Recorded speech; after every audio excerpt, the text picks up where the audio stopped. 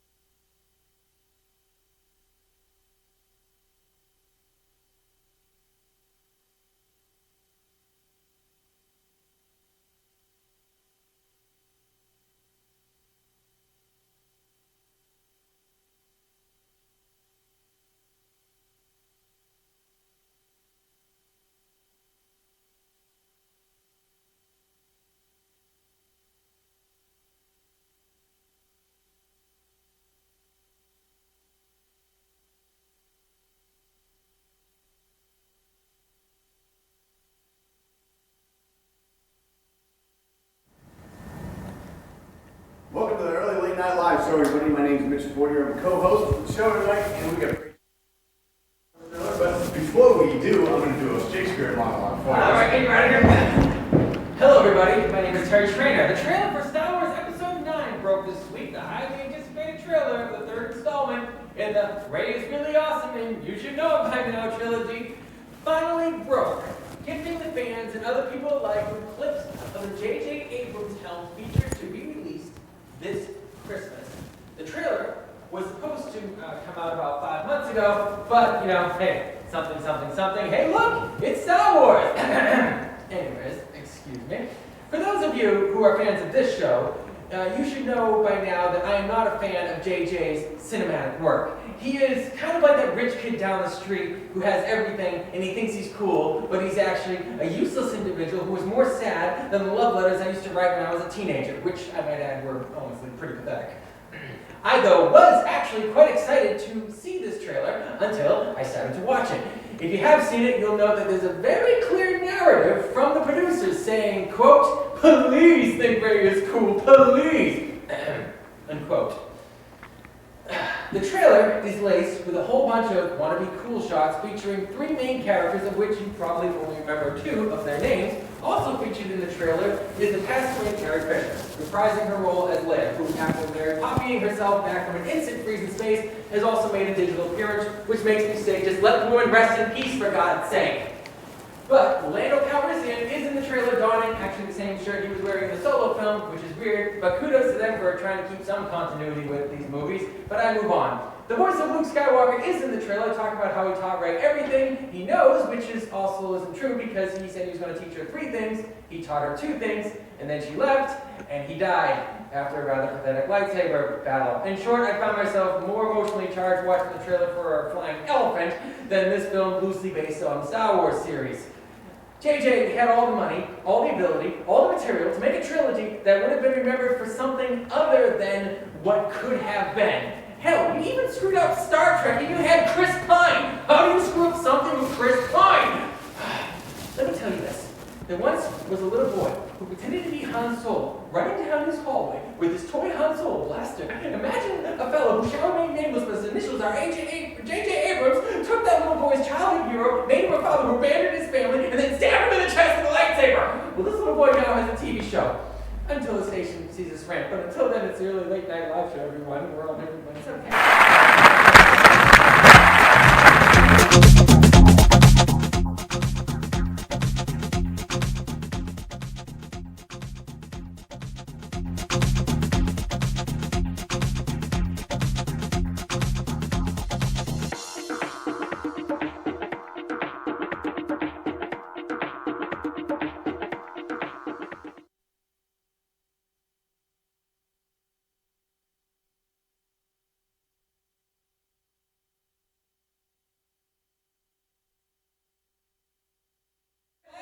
We're on every Wednesday night from 7 to 8 on Channel 98 and our YouTube channel, Early Late Night Live YouTube channel. We're typically on our Facebook page, but you know what? We're not typically on our Facebook page. I'm making an official announcement. We will no longer be going on to Facebook from here on out. We're only going to do YouTube. We're going to make sure that the whole audience knows this. We're going to keep advertising only. They're only on YouTube. I made that decision right now live in the air because I am sick of Mark Zuckerberg, like I am sick of J.J. Abrams in that trailer that I finally saw. Which, by the way, there was a much longer rant with a lot more graphic details in the rant, which I was told by certain members by the director. The director said, and I quote, "That's the funniest part of the rant, but we can't play it on the air." Something like that is what he pretty much said. And you told me I got to cut out a section because we called like right after you sent the trailer to the group, and you said, and then I called you right afterwards, and I wrote that. Usually I write the rant right before. Usually I write the monologue right before the show. I wrote this like 5 minutes after we talked on the phone. This is your fresh, unfettered opinion. This is my fresh, unfettered opinion. I bring up this because, and I'm totally because it's my show. All right.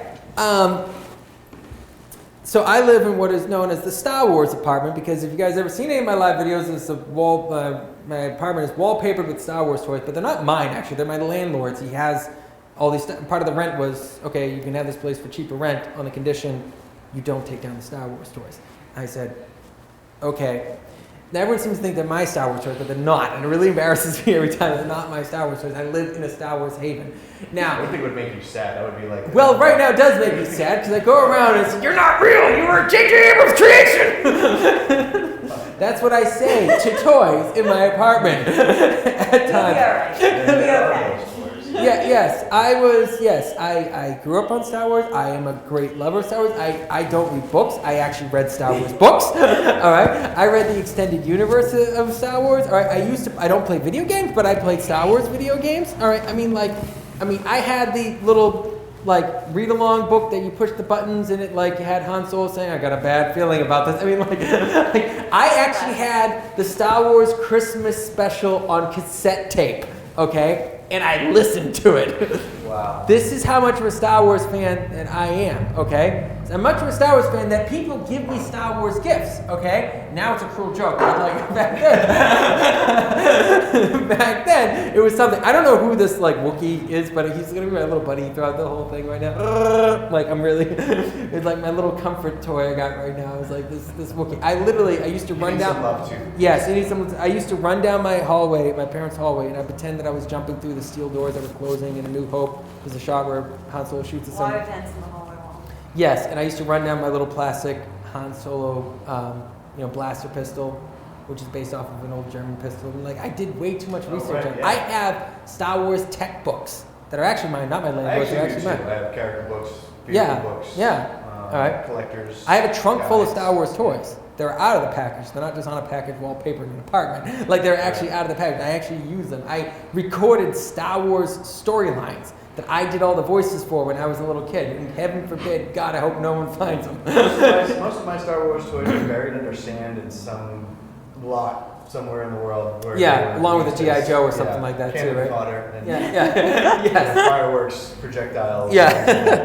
Taxi bottle rockets. Yeah. So tragic fate. That might show you my age. And how old I was when I actually. Well, that's what I did too. I mean, I had the 12-inch. You took your beloved toys and shot them off in rockets. I did all sorts of things. This is what guys do. I mean, Oh yeah. I mean, we made clothes for ours. Did you make a parachute out of a Had a nice little house throw we it off left a him in. porch? Did you ever do that? Parachute of a kerchief? Yeah. You named it. I did it. I mean, Right. Yeah.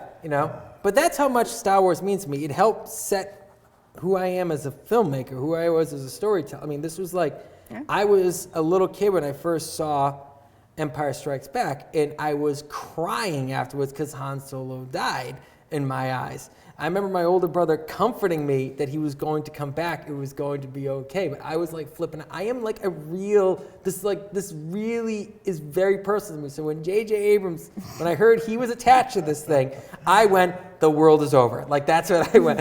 I went apoplectic. Because it was just unusual because he never overreacts to anything. I never react to this anything. passionate side of him is new. Yeah, I've never seen this side of him.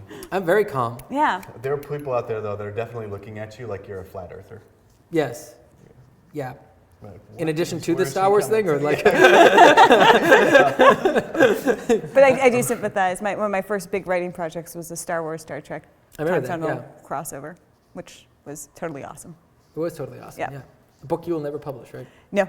I mean, there's just way too many legal issues, and being only 15 at the time I wrote it, it's not really that great. What did you call it? It was we called it 3 stars because I couldn't think of anything else to call it. Yeah. It was but Star Trek, Star Wars, and Time Tunnel. Time Tunnel, which was an older Ren Allen show. Right. Yeah. From the and it worked. It was awesome. The final showdown was awesome. Yes. I remember.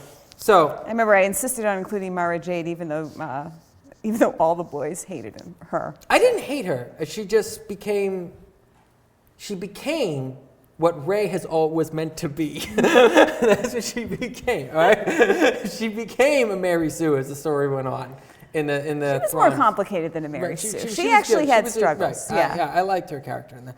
You have no idea who we're talking about, right? Yeah. Okay. So you're not an insane Star Wars fan who would go on and write a 2-page rant in 5 minutes because of a minute. No, but I'm the kind of Star Wars fan that would actually watch the trailer about 8 times and then start reading blogs for the next 2 hours and reviews and comments to find out what other people are saying that I might have already said. No, I stated. Okay, well, I stated before we probably went on air, but I'll state it now on air that I don't have a problem with the fans who like this extended series because everyone has the right to like what they want, and no one's. And I will say this: J.J. Abrams was given a impossible task to try and please everyone, and I say he really did. He about 50% hit it. It was more than that initially with The Force Awakens, and then other people awoke in it and thought about the film again, and they don't like it as much now. But no, that's what I haven't heard many people go back and say, and I could be wrong, but I haven't heard many people go back and say, after rewatching, I actually like this movie now. I've never heard anyone say this. Now, I'm not saying you shouldn't like the film. I'm not saying it's bad if you like the film. I don't have a problem with people who do like the film who are nuts about it. That's absolutely fine. I love the G.I. Joe films. And I'm a small group on that who actually enjoyed the G.I. Joe movies. So this raises an interesting question, actually. Yes. What's more important, the writing or the direction? The direction, because the director will change a lot of things, can change a lot of things at the moment. He has the ability to change things on the set where the writer doesn't. So the writer could write a brilliant script and it could just be directed horribly. Yeah, but to have it changed to the point where it actually pisses off a lot of people? Or that don't follow? Or well, what he did was this. First of all, you have to understand that the storylines after Star Wars, unlike Star Trek, they have to be approved. In the novel extended universe, yeah. Right, and so there was you have to be invited to write them, or you had to. Right. Be. So there's a very clear narrative of what happened after the Return of the Jedi. That insane Star Wars fans and regular insane Star Wars fans like myself knew what that extended thing was. And then you had the game. So it wasn't like Star Trek where you could go anywhere. At least with Star Trek, he kind of gave a reason why everything was sort of different, Sure. And it wasn't even all that much different. But with this, he threw out the baby with the bathwater. The only thing that is in the new series that was actually consistent with the extended book series was the fact that Han and Leia had a son that turned to the dark side, who was named Ben Spencer. I'm pretty sure was his name in the book series too. That's the only element. All right. Now I don't know how you could be the son of the two most badass people in the known universe. Okay. And throw a temper tantrum like he did. Right? That's acting, man. That guy's a Marine. That guy's a Marine too. That's some true acting. Now, I don't have any problems with any of the actors or anything like that. I don't, the performances are some of them look good, some of them look bad. I have a problem specifically with the production of the film, the producers, the writers, and the directors, because I feel like as a fan, they took what I loved and said, we don't care about you. We're going to get rid of the past, kill it if you have to, and do whatever the hell we want because we have all the money in the world and we're too big to fail. And they learned with Solo, I was hoping, that they're not too big to fail. They can still fail. That Star Wars now carry the weight of Star Wars. The name doesn't carry as much weight with someone like myself who is a die-hard fan, an insane die-hard fan. I hear about a new Star Wars thing coming out, and I'm just like, I'm only going to get mad, and I'm not going to see it. I'm not the only one. I'm just one of the few who have a TV show, but that's not one of the only, but one of the few who have a TV show on this. So I don't know if this is good news or bad news, but apparently they're going to take a break after all. That's good news. So. Yes, actually. In my opinion, that is good news. Yeah, because they were talking with. Actually, it's in my news.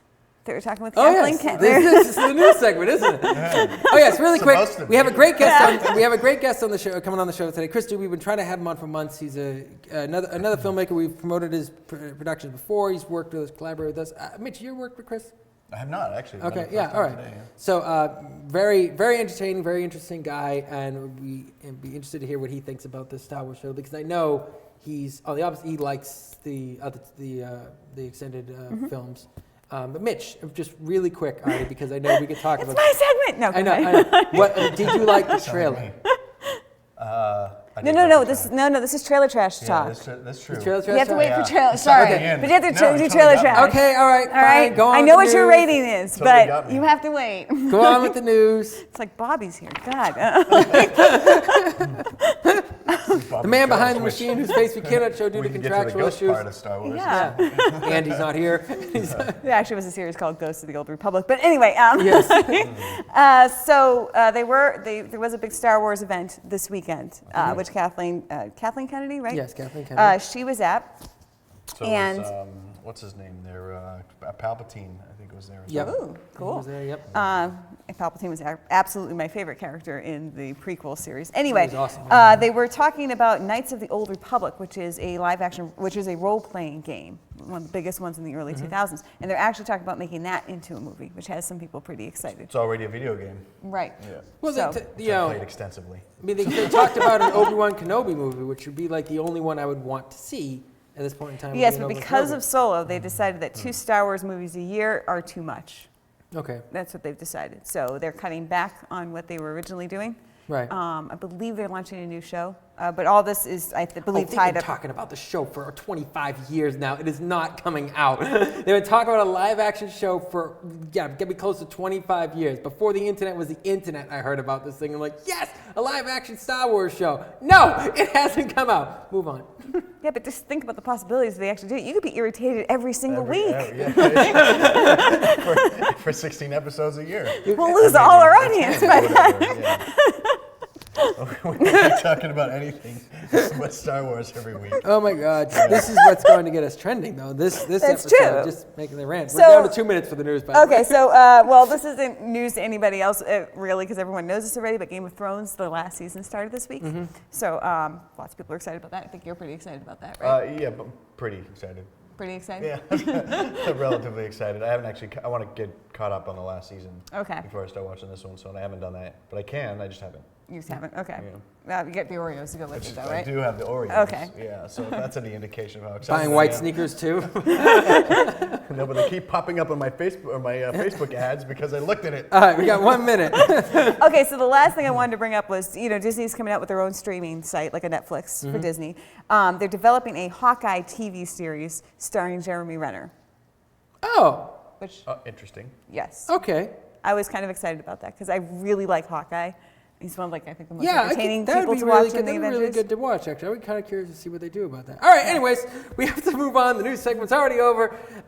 When we come back, we will have our guest on the show, Chris Dubey. Hang on a second. Chris Dubey. It's the Late Night Live Show on the YouTube channel, Late Night Live Show YouTube channel. Check out our Facebook page. We will no longer be doing live feeds to the Facebook page, but we will be still doing updates and stuff like that. And I believe we're showing the trailer for Paper City Burnout right now. Is that what we're doing? Yeah. We're going to see the trailer for Paper City Burnout, which is the lead writer, actor, and director, is the guest on the show tonight. So check out this trailer. And when we come back, Chris Dubey will be on the show.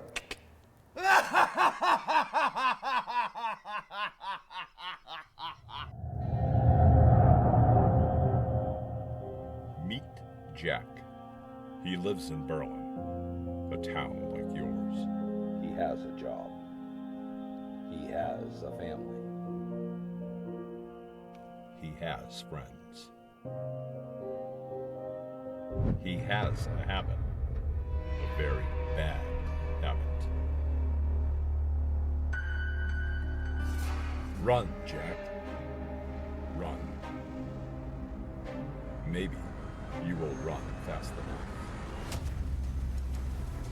Maybe you will outsmart them all. Maybe not.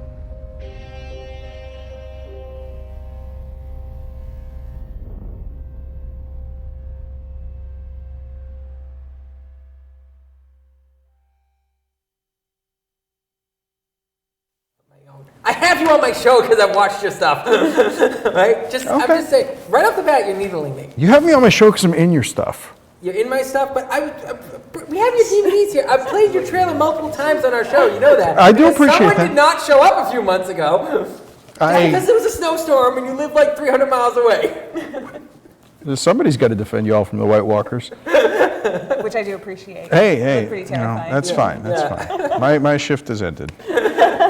All right, everybody, it's the Early Late Night Live Show. We're back with our very special guest, Chris Dubey of Dubious Productions from Berlin, New Hampshire, a man of many talents, and who's we talked about this before in the show, written and directed and produced one of his first feature film. Not your first film, but your first feature film, which is pretty cool. But first of all, I want to talk about the series Paragods, which is where me and you met. It was on the series of Paragods. We did. Yes, and it's in its final season right now, right? 5th season, Paragods. It's a comedy. It's available on YouTube. If you go YouTube, type in Paragods, or really Google, type in Paragods. And there's 5 seasons, 6 episodes a season or so, roundabout, with little mini episodes here and there. Yep. And a guy named Sean Allen just kind of put this together with this ensemble cast, like Reno 911, but with medics instead of cops. Right, and you're a medic. You're in the biz. You're in the biz, so you're in both biz. A little bit, yeah. Kind of do a little bit on that. And that's kind of how Sean and I got together. But this last season, the final one that they're doing is like, it's more serious. Like they take some of the zany antics out of it, and they make it so that it's more like serious. So I'm like, the character I play is like this compulsive, womanizing jackass and general pain in the tuchus. I can say tuchus, right? You can say tuchus. Okay, good. Sorry. But now it's like in the 5th season, it's like, what would a guy like that really be like? And it's like, we need you to play a guy that hates himself and just uses mean humor to make up for that. And I'm like, I can do that. So yeah, it's Pair of Gods. It's on YouTube, final season. It's definitely going out with a bang in more ways than one. Wow. Okay, well, I'm looking forward to checking it out. Now you're in another YouTube series too, right now also with Justin Fortin, who also we've been trying to get on the show too. I was watching some of your sequences the other day in the show, Hearts of New England. So, what's the name of the character you play in that show? He's Jimmy. I don't think he has a last name. He's Jimmy the Nut. Okay. I do that, and that's great because I love playing villains, and to me that's like always the most interesting character in the project is the villain because they get to do things that the hero can't do. And Jimmy chews scenery with his and other people's teeth. Right. I mean, he just is a complete off-the-wall lunatic, and I don't know when I'm doing that, like exactly what I'm doing and how I fit into the story, and he's just like, just do what you do, and I'm like, shooting random people, and then he somehow pieces it together in editing, so it kind of makes sense. He's kind of like a Justified type character, it seems like, in a way. Yeah, that's what I do. The character that he plays is like a special forces soldier that like comes back from the war and is now involved in like hometown crime plots. Right, yeah. That really original kind of concept that's never been done before. But then, his family's in like this kind of quasi New Englandy mafia kind of thing. And there's like a power vacuum and all these maniacs from all over the New England come. And so he's like, can you do a Boston accent? I'm like, no. But I can be the random chewing and using my jaws. I talk a lot. Hey, you! I grow a weird little beard for the thing and greased my hair more than I usually do, and I get to dress like a...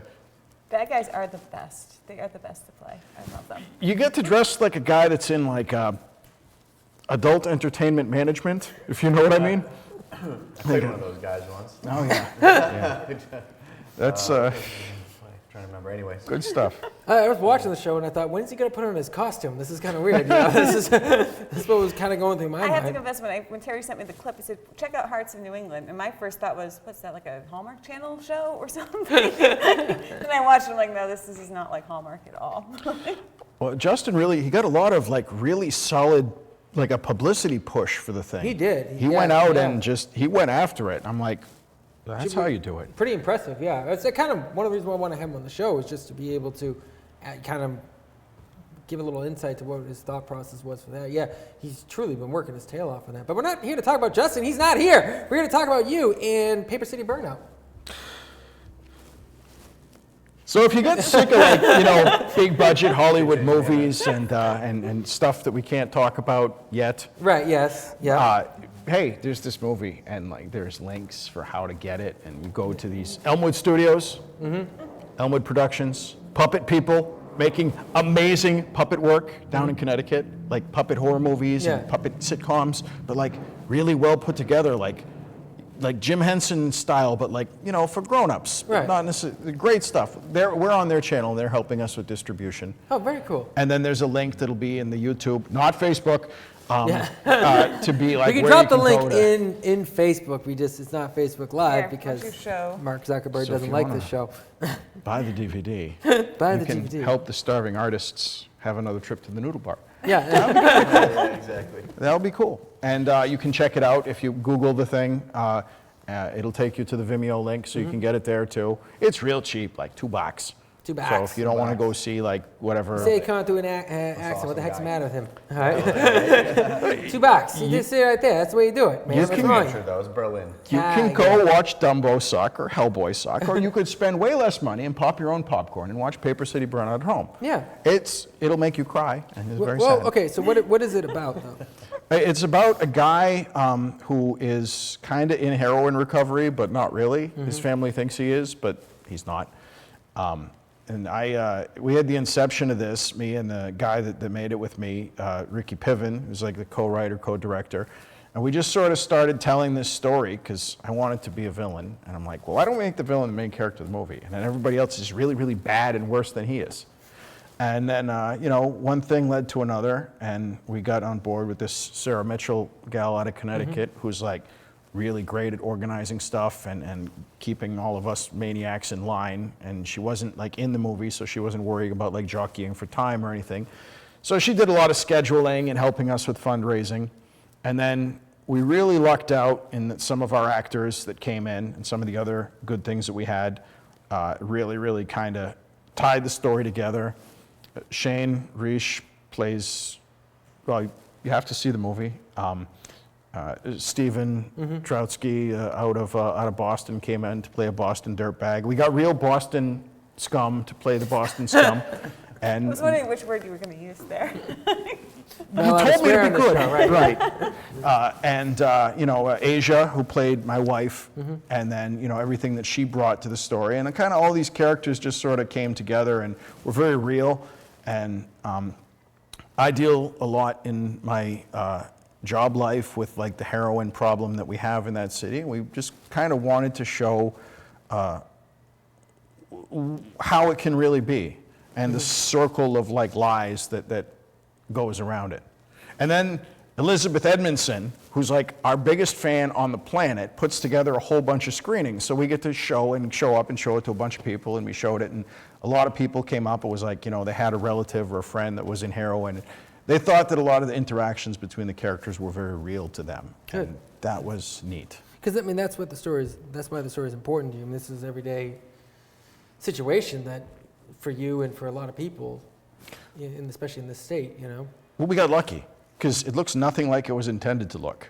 Like you set out making a movie and you're like, it's going to be like this and this and this. And then, you have to make changes along the way. And some things happen and, some people come and some people go. And then you have to try to figure out how to make the story and tell the story with what's left. Yep. Which is why, like, some of the areas we got really, really lucky, like the music. Right. This guy, Jean-Marc Guy, did the score. Just this great overture throughout the whole thing, sort of an Appalachian, twangy, really, really fit with Berlin and the feel of Berlin.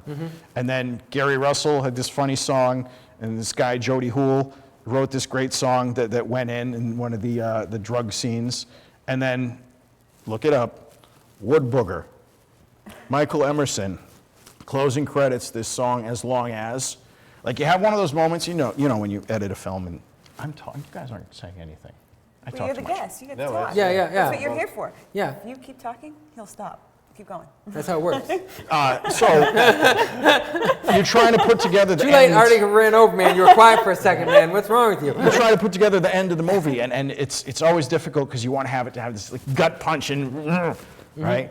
And then we're looking through what to find, and me and Thomas, Buddy Lindbeck, the editor, just kind of came across this thing by this Emerson guy called As Long As. And it's like if Eddie Vedder and Leonard Cohen blended their like voices together and just this song came out. I was like, this is beautiful.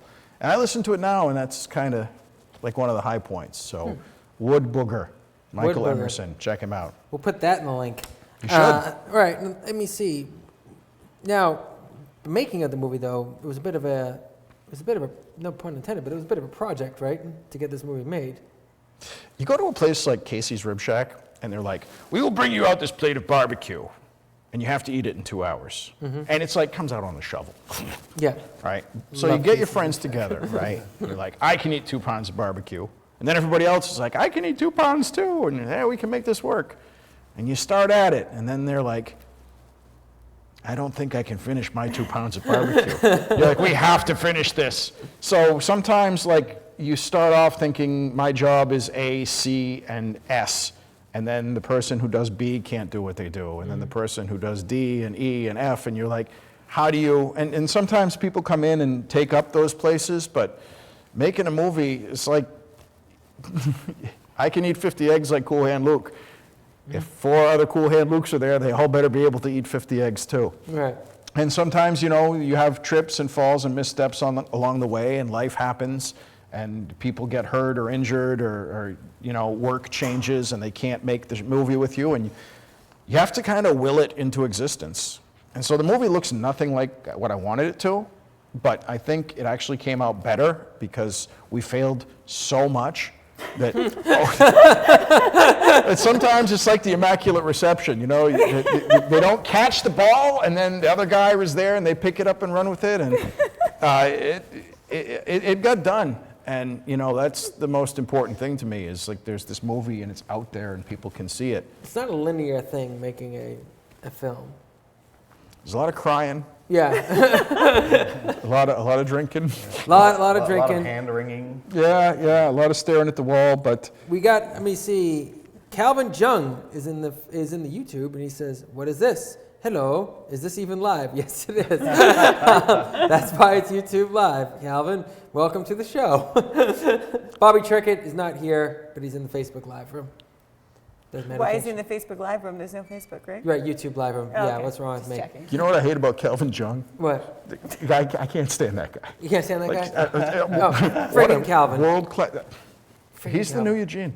That's it. Calvin Jung, everywhere I go now. Like, oh yeah, you want to be on live? You're on live. Yeah, we're talking about you. Yeah. Hope you're happy. Do you know who Eugene is? No. Arnie, explain to Arnie who Eugene is. You can't be like on set when you're making a movie like, Terry, I can't believe what a jerk you are. So it's like you complain about Eugene. Oh, So okay. Eugene is not really there, but Eugene's the person that keeps screwing up. Eugene's like the gremlin.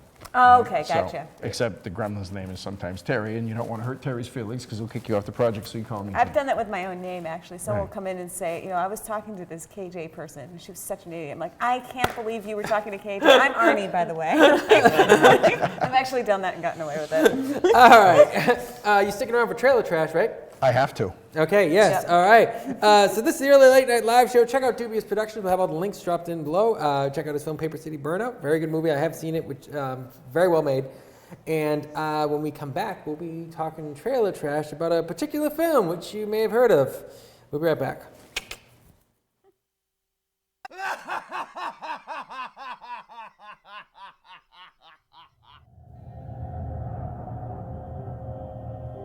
Meet Jack.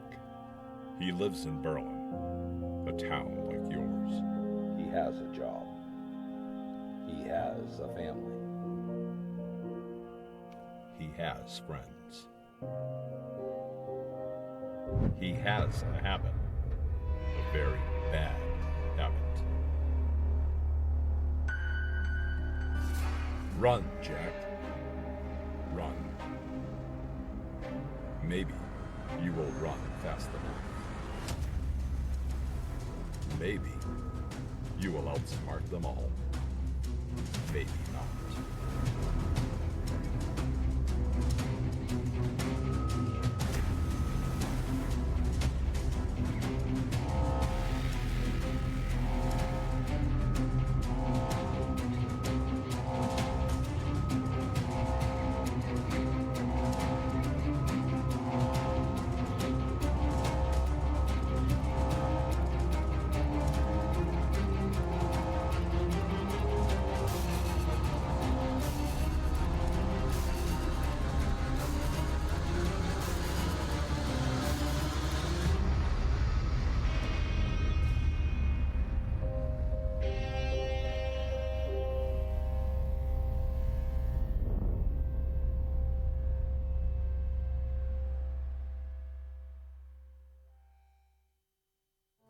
Missouri.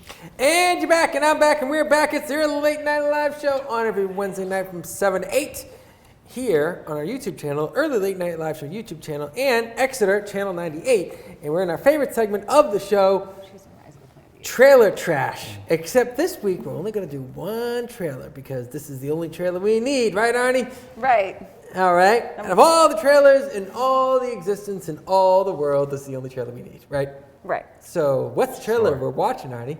Well, you know, I'm sure it'll come as a surprise to you, but today we're doing Star Wars: The Rise of Skywalker.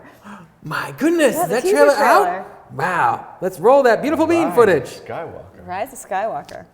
Oh, quick shout out, Kinda Mike name Place. is that? Mike Place in the Facebook Live room says, Chris plays a great hitman, which is true. In one of my favorite, possibly my favorite character that I've played. Yep, and- Was in his. Ted Sterner says, glad to see everyone. Well, someone is. There you Yeah. go. Roll that trailer. Here we go. Arnie, give us the deets. It's all black. So, Rise of Skywalker is the final chapter of the saga from a galaxy far, far away, according to IMDb. It's directed by J.J. Abrams, who you may have heard of. It stars Daisy Ridley, Oscar Isaac, and Mark Hamill, Adam Driver, and Kerry Russell, Billy Williams, and a whole bunch of other people that you'll recognize. And I'm just trying to find the date on when it's actually coming out. Christmas. 19th of December. Thank you, the 19th of December. Welcome. I think it says it at the end of the trailer. It says If this I paid Christmas. attention, yeah, Yeah. I probably would notice these things. Yeah. All right. So but we'll start off with Mitch Fortier. Mitch, your thoughts on this trailer? My thoughts. All right. So my very first Do not feelings. be intimidated because of how I feel about this trailer. Move on. I have no qualms telling you how I really feel about it. Good. Well, without black, you can't have white. Without night, you can't have day. Exactly. There we go. I like that. Good needs evil. Yes. So, truth be told, I was just super excited in general because it's Star Wars. Bottom line. So I wanted to see what was going on, and then I started watching it and trying to find out, what can I glean for details about what this might all lead to ultimately, and so I kind of geeked out on it a bit and watched it 6 or 7 times, and then started reading blogs and everybody else's opinions and picking up on little details. I'm like, oh yeah, that's kind of cool. Yeah. Oh yeah, I get that. That'd be neat. So I am looking forward to seeing this movie. All right. Okay. In theaters. All right, Arnie, your thoughts? I thought when I watched it, first of all, why is Kylo Ren hitting a guy with the arm that's holding this lightsaber?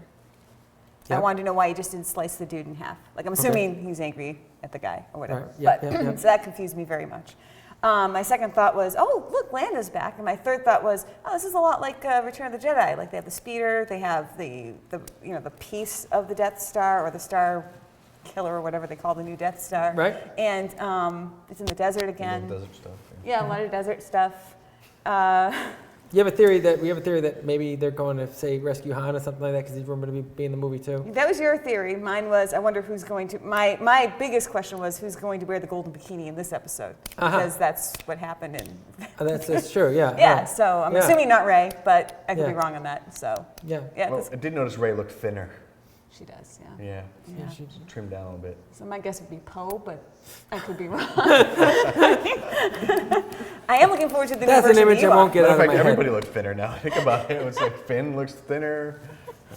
But All they brought right. back Palpatine, Sorry, so I had my turn. Jar Jar Binks couldn't be far behind, right? Because almost everybody's back now, except for Jar Jar Because no Binks. one's really ever gone. No one's ever really gone. So I'm kind of, that's basically. Okay. Yeah. All right.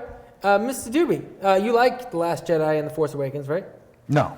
Okay. All right. Your thoughts on this trailer? First of all, seeing Lando really makes me want to drink Colt 45. Okay. I can't see Lando and not want to drink Colt 45. Billy D. Williams used to do ads for like Colt 45. Oh, I thought you meant you wanted to eat a bullet. That's what I. No, it's malt liquor. We were going in completely different directions Google there. it. Billy D. Colt 45. You'll see some nice schlock there. Okay. All right. It's Star Wars. Yes. It sucks. It always has. And you are a grown man who's getting upset about a commercial Yes. for a 2.5-hour toy commercial. Yes. Which is what Star Wars is. And it always has been. When Star Wars first came out, there was nothing. Like, there was no action figures, no tie-ins, no anything like that. So all the kids, that was like the big toys and everything. Well, yeah, the factory that they assigned for couldn't keep up with the production, so they sold these cardboard boxes that said, "Oh, if you wait every month, you're going to get a new toy," because they actually couldn't keep up with it. I forget the name of the company. That was it. Yes, I know. It was like the start of merchandising. But move on. Your opinions about the So trailer. the House of the Mouse now owns Star Wars. Yes. And they have to keep their feet in both separate realms. They have to keep the kids happy, and they have to keep the grown-up kids happy. And the grown-up kids aren't going to be happy unless it's dark, and it's not going to be dark because it's Disney. So Disney is in this like quagmire where they have this great property that everybody kind of loves because they haven't learned to let it go yet. And you've got to let it go. Because like you've got another to Disney think that film. like see, what you should do is you should show up. Let it go. You should show up at the theater as a ghost and project yourself. And then after the movie fails to irritate you, just disappear and be like, I was never really there. I need to piggyback off of that real quick. So you've had 3 films to set your expectations accordingly. What do you mean? Since the original Star Wars. 4, if you count Solo. Oh, that's true. Right? Yeah. I don't think anybody wants to count. I had my Solo. expectations set by The Force Awakens. When soon as I found out about J.J. Abrams, I explained what my expectations were. See, I blame Rogue One because I watched Rogue One. I'm like, oh, this is actually a good movie. And I Rogue was One's like, the best Star whoa, Wars That movie. was yes. that was a And new it was hope. like, yes, and I was like, it and then- fleeted. but- Like the end of the film, it died. No. But Rogue One was like actually good, so I got excited when The Last Jedi came out, and then I was like, oh wait, no, it's still Star Wars. Okay, now my question being though, I get that. what's your thoughts on the trailer? Colt 45. Okay. I think her flipping over that thing and doing that giant flip and cutting into that TIE fighter is going to be kind of neat. I didn't see anything of Ewok or Casino Planet Ewok or Jar Jar level stupidity in that trailer. That's something easy to say. Okay. But I like that they're going to bring back Palpatine because there's got to be something to tie it back. Like what they should have done in the first place, which was, you ready? Have Obi-Wan actually be Luke's dad. And he was lying about that too. Like, how cool would that have been? And then the whole thing would have been like, oh, the Jedi, oh, doing this. But no, I mean, it's for kids. And it's always going to be for kids. And the more you look at it like an adult and don't move on to like adult entertainment, like Sleight of Hands films with Dave Sullivan down in Mass, adult entertainment, the more you stick with like kids stuff, the more you're going to be disappointed as an adult because you're not looking at it with those rose-colored glasses anymore. Okay, so is it my turn? Can I talk about the trailer now? Go for it. Okay, all right. Hey, you haven't said much about time this do we one. So when you talk about kids' films, that is absolutely true. George Lucas said he was making a story for a 12-year-old. Okay? And so I was a lot younger when I watched this. So I looked at this trailer, and I actually had pretty high hopes for it because I thought, I'll give JJ another chance. Because Rian Johnson did something with that second movie, which I got to give it to him. At least he went in a completely different direction, and he didn't just completely rip off, completely. He partially ripped off, but didn't completely rip off, the second one, Empire Strikes Back. All right. So I was very curious to see what JJ was going to do with the mess that he had left with him. And then I watched the trailer, and this is the saddest part about the trailer for me. And I'll jump right into my ratings. It did nothing for me. It wasn't interesting. It wasn't exciting. Nothing seemed important. Matter of fact, I actually thought the John Wick trailer for the first John Wick movie had more intrigue to what was going on, all right, to what could potentially be, than this trailer. And I thought the saddest thing about this whole thing is it's actually made me just go, meh. And so my ratings, what were you going to guess my rating was going to be for this trailer? I thought 2 thumbs in the eye. No, it's going to be 1 thumb down and 1 thumb in the middle. 1 thumb down because there's nothing really interesting in it. 1 thumb in the middle because maybe there's something. But that's just me being a little bit hopeful. What I'm very upset about, what I've always been upset about, is that they had a bunch of people who really cared, and now they just don't anymore. And that to me just seems wrong when it comes to a filmmaker, when you take something that someone really cared about and you now made them not care anymore. And to me as a filmmaker, that's a sin. You just took away something that someone cared about, and now it went beyond it. You just don't, I just don't even care. So, having not read the books or any of the other stuff that you've talked about, right, and I can't really comment as to how far off the track they veered with some of this stuff, but I get it in terms of having read and or attached to or been expecting a certain storyline, expecting certain characters, expecting a certain path, and then that not being the case with this particular medium. Yeah. Totally get it. Yeah, and just like, and that's the biggest thing is I may make fun of it and I laugh and everything like that, but I just don't care anymore. And that's really weird. It's very odd to have something that I cared so much about, And like now for me, there's no series except maybe James Bond, which, There's Stargate. Stargate's still there for you. Yeah. No, but like film series, huh? It's okay, No, it is okay. It is okay because No, I just get don't it. care. Yeah, I do get it. And to me, it's like, it's like that friend who was a friend at one point in time, and then you don't really care whether he calls you back or not. It's kind of sad. You don't even like him enough to hate him at this point in time. You just don't care. I know that guy. You know him, yeah. You know the guy I'm talking about. People go to therapy for that kind of stuff, Yeah, I know. Yeah. What do you think this show's about? All right, Mitch, what's your rating? But we're on the couch. You should be on the couch. And I'm gonna disagree with one point you made about there's nothing in this in terms of, but it is a teaser, so there's not supposed to be. But there's some interesting things. No, a teaser is supposed to be something that teases you about what could be. Yeah, there's some stuff in there. I'm curious about the belt buckle thing. Someone's holding like a belt buckle thing. It's the medal from the end of episode 6. Oh, okay. No, episode 4. 4 rather, where they give them the medals. Oh, okay. By the way, you ever Disappointed watch myself. that scene, I didn't recognize the scene where they get the award? You ever watch that scene without music? It's like the most awkward scene. Yes, absolutely. It's just a couple people walking. There's someone coughing.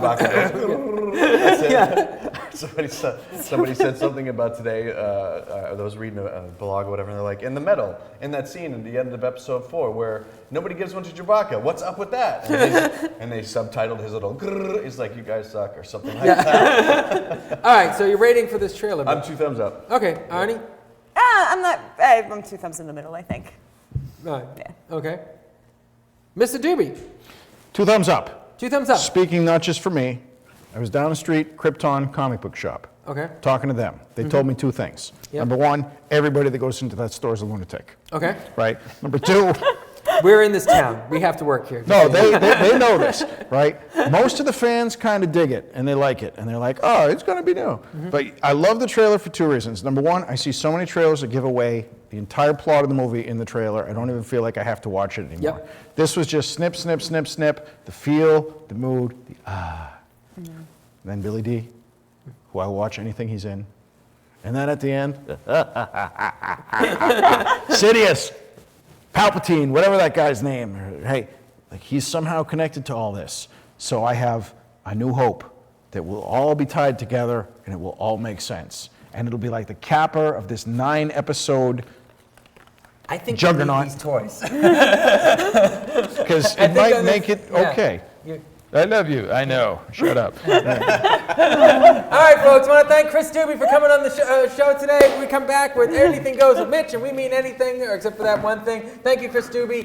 We'll check out all of his stuff. We'll have all of his links, and hopefully we'll have him back on the show at some point in time. It's a really late night live show. We'll be right back. Camera rolling? Speeding. Got to pick up. Damn you, Adam, driving your car away? How dare he? Action. That's the thing, right? You're nice to her. You're always nice to her, and she doesn't respect you. And she doesn't give up the skins. And that's why. Because you want to know the secret? You want him to be right in the palm of your hand. How are you? And then the mail lady shows up, and she ruins it because we're making a movie. We're making a movie. Come on, lady, walk in here. All right, hold for The director did this thing. 3. Ooh, you're live. So, we're now turning over to a new segment of the show, and let's roll the intro. We're going to roll the intro to the show, this segment. You get the segment?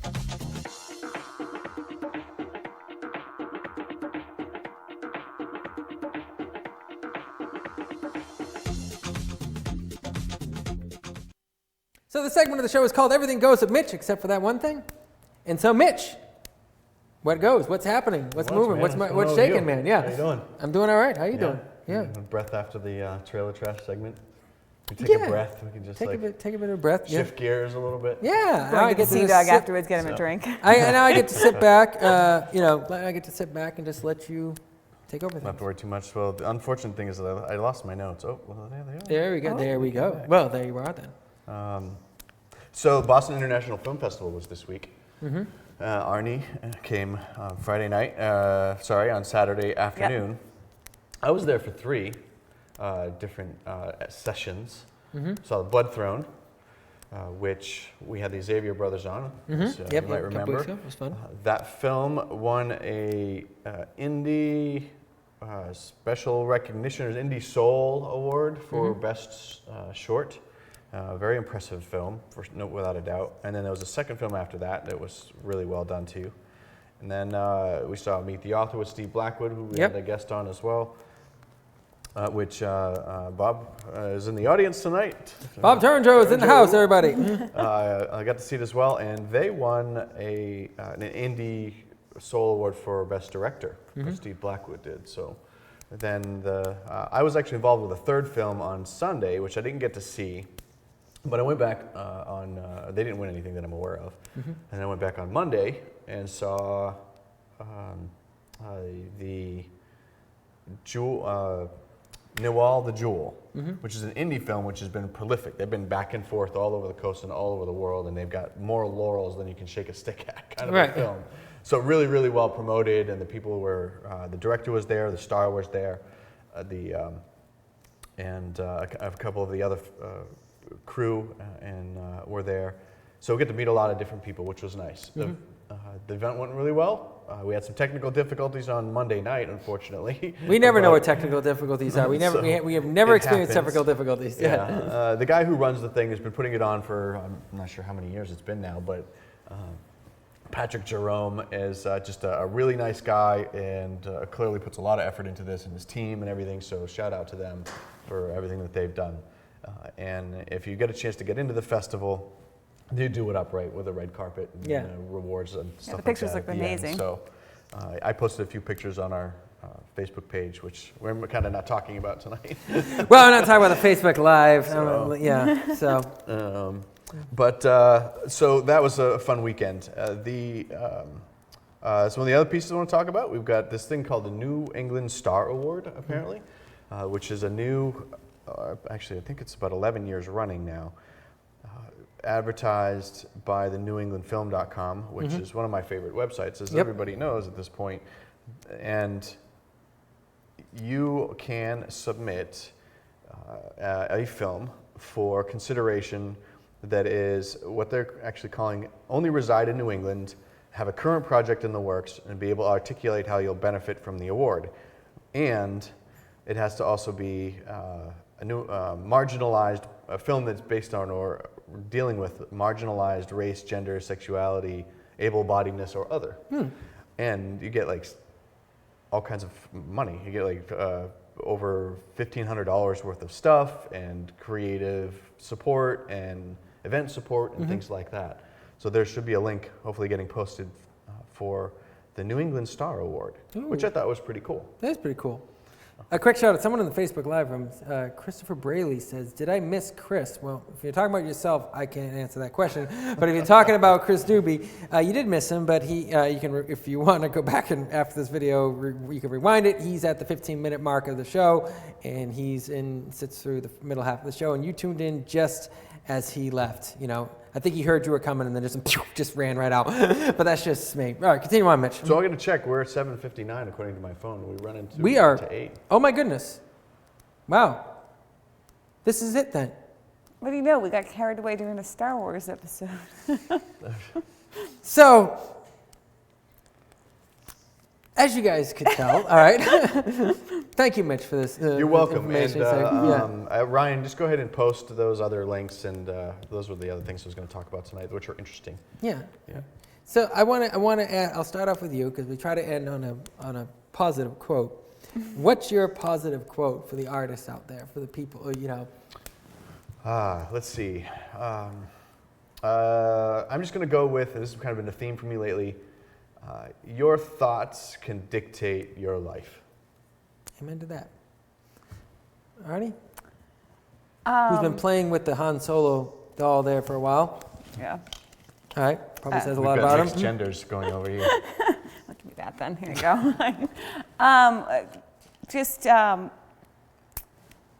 I don't really know what to say except just don't be afraid to do what you need to do. All right. What should be my final word? You know what? If J.J. Abrams can make it, so can you. All right, folks. Wrapping up this show. We'll catch you next week, 7 p.m. on the early late night live show every Wednesday night. Good night, everybody. Good night, everyone.